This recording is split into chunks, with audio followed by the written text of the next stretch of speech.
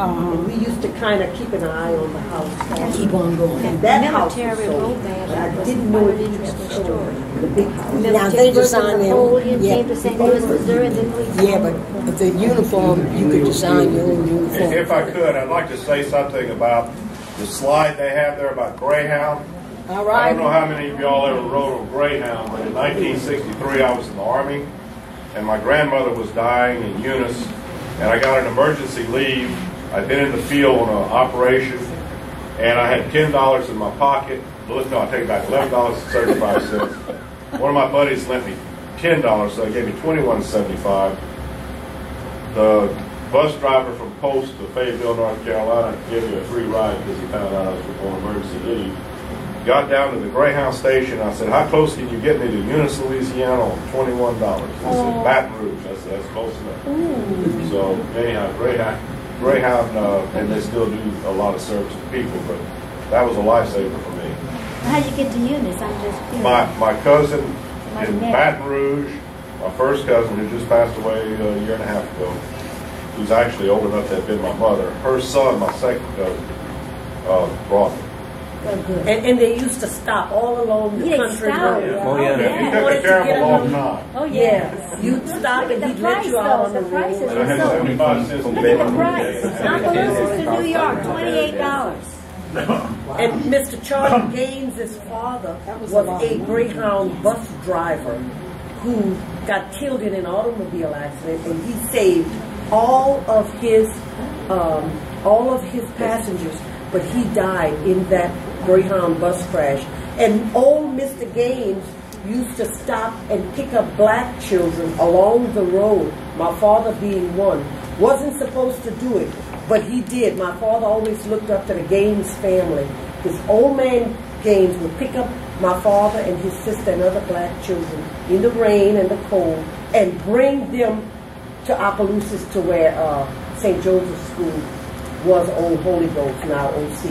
And he would bring them and drop them off at school. And this story my father told him, he always did favors for Mr. Charlie Gaines. He'd go pick up his car, wash his car, and he said, your father was just a great man. And then he got killed in that Greyhound, I guess, and they were from Fort Bend, Indiana.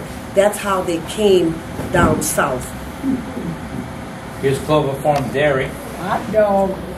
We used to have our milk delivered to our door. I went and got mine.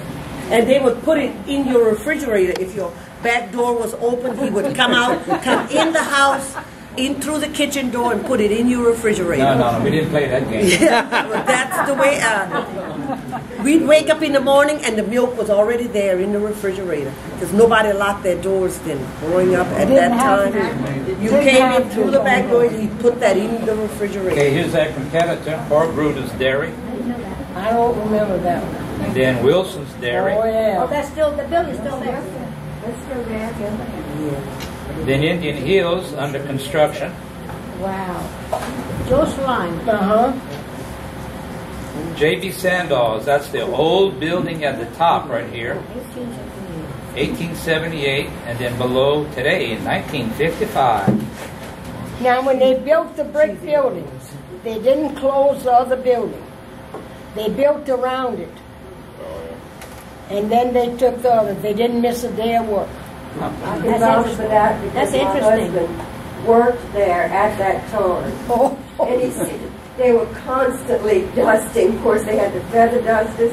They would just move the dust from one place to another. You can imagine with the construction going on. They were very smart to keep it open. Now back to that Indian Hills, that Mr. Slyman. For memory lane, my residents tell me stories about old Mr. Slyman, who came and would, while he was having it built or developed, he would invite a lot of the important people of Opelousas to lunch.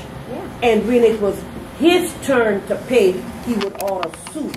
And when it was their turn to pay, he'd order steak. He was kind of he's not a crook, but kind of an interesting fella. I don't know where Mr. Slyman was from, but he seemed to have been a little bit more, maybe intelligent, more educated than the group of people he had. He lived in The boat. Yeah. The station. Yeah, that's right. They call that canal. Canal, that's a good word. Now this is across the street from the courthouse, next to Laos. The old home Was it a upstairs. hotel? Okay, no. No? This is- On the side of it was a large wooden building, which was the Lacombe Hotel. Now that's where the new drugstore is. McCarthy had his drugstore. And McCarthy took over from Doc Boudreaux, and now it's just used for storage. And then just on this side of it was a barber shop, and Lacombe Insurance. Barbo's Barber Shop, Yeah, where Red Red Marsigas. and Buddy Helton and That's right. Edmond Dupre, they cut my hair when I was a little Let me boy. ask you, the barber shop that supposedly cut the hair of Bonnie and Clyde, exactly Landry Street. Landry Street. Was it close to that? Down the street. That's on Court Street. But if you go to what's that bar in town that has all those little lights around it? Oh, Brass Ring? The brass rail, just past the brass rail. There's a narrow little barber shop there. On Landry And it Street. used to be Schutz's drugstore on the corner. I believe it's an insurance Is there any business. truth to that story? Or Oh yes, Is it true? yeah. Okay. I heard it, I didn't know. Oh, what's that? The Fleur Buick started in 1922. Mr. Leo LaFleur, and he drove a forever old Buick that was forever long. And if anybody needed a ride, Mr. Leo would take them to New Orleans, drive them. Big heart, yeah. And this is in 1955. It's now Angie's, and they do business in second-hand appliances. Okay. And here's the write-up on it. West Landry next to the courthouse, early 1900s. The courthouse would be on the left, On that side, that's right. right over here. Where that, And one of the buildings over here where the Sandoz Law Firm is, and all of that. Oh yeah. this is Lawyers Row Lawyer again. Road again.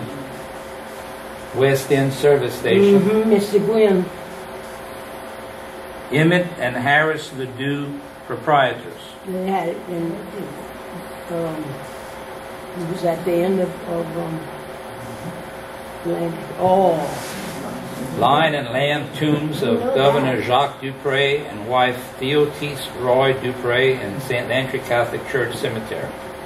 Now go to the cemetery and go look at the lion's face. He's smiling. the story Now- is that supposedly they didn't get along very well? That's not at all. Not like cats and dogs, like lions and tigers. Exactly.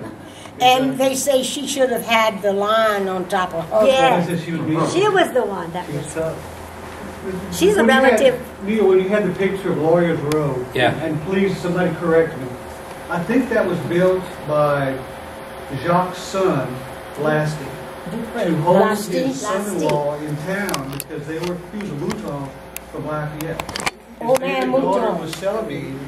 They married, and he was going to take his law practice back to Lafayette.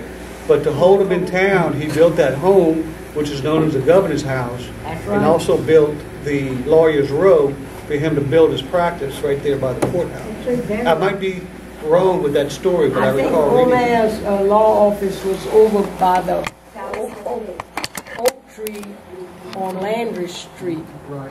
But yes, Mr. the Lasty. Omar Mouton. Yeah, That was a way of Charles- keeping it. Daddies didn't like for their daughters to leave home. Right. This is the Old Opelousas Oil Mill, St. Landry Cotton Oil Mill in 1896, the future Louisiana, if I'm correct. Yeah. Okay. J.P. Barnett. Yep. Do you remember when that burned? The fire? When the cottonseed burned back on Railroad?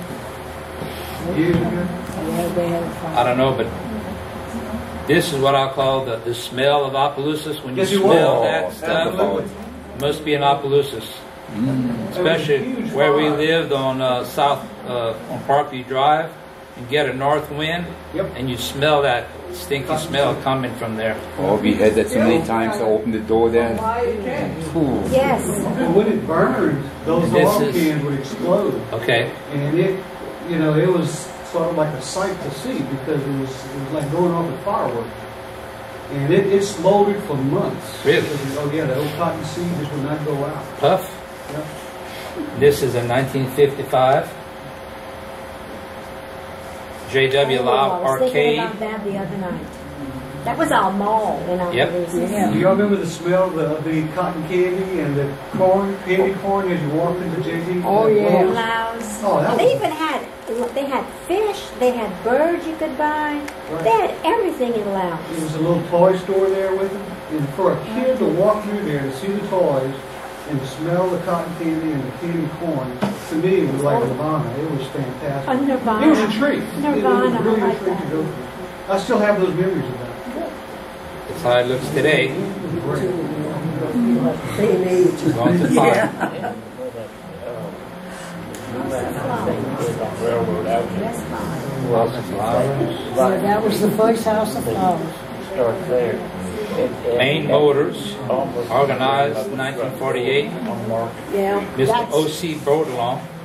okay, that's when they divided the Martin Baudelaire Ford Motor Company, and they split off the Lincolns and the makers, I believe, from the Fords, and one of the sons was running that, and then one was running one over the news. Mallet Steakhouse. I Anybody remember remember that? now. It's on the corner of Bellevue and Court. Started in 1945 on Landry Street, moved to Bellevue Street in 1949. Masonic Lodge in Opelousas was the first formed in Louisiana outside of New Orleans. That's right.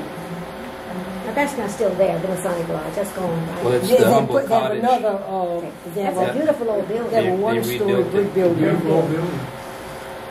Opelousas Ice and Bottling Works Oh, in yeah. 1896, established in 1893 by Andrew Morisi Sr., made, Morrissey, yeah. Morrissey? Morrissey. made 10 tons of ice a day.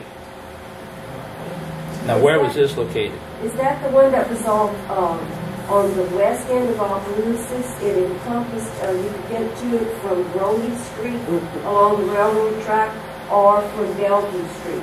Because there were two ice plants in Yeah. Opelousas at one time. And I remember, and then there was like a fertilizer plant or a place where they packaged fertilizer near it on Bellevue Street. I don't know which one that is, but there was one ice company behind the Jacobs home, the brick home.